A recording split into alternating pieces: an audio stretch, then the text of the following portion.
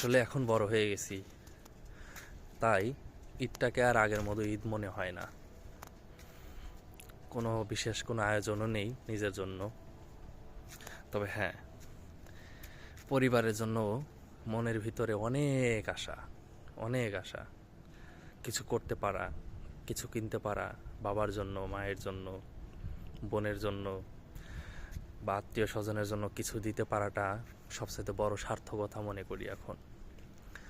যার কারণে মনের মধ্যে শান্তি অনুভব করি। জানি না এরকম সার্থকতা জীবনে আসবে কি না, তবে আমি অবশ্যই চাই আল্লাহ যেন প্রত্যেকটি মানুষকেই এরকম সামর্থ্য দান করে, বা এরকম সবাইকে খুশি রাখার মতো অ্যাবিলিটি দেয়। তাহলে এর চেয়ে আর সুখের মুহূর্তগুলো হয়তো বা হতে পারে না।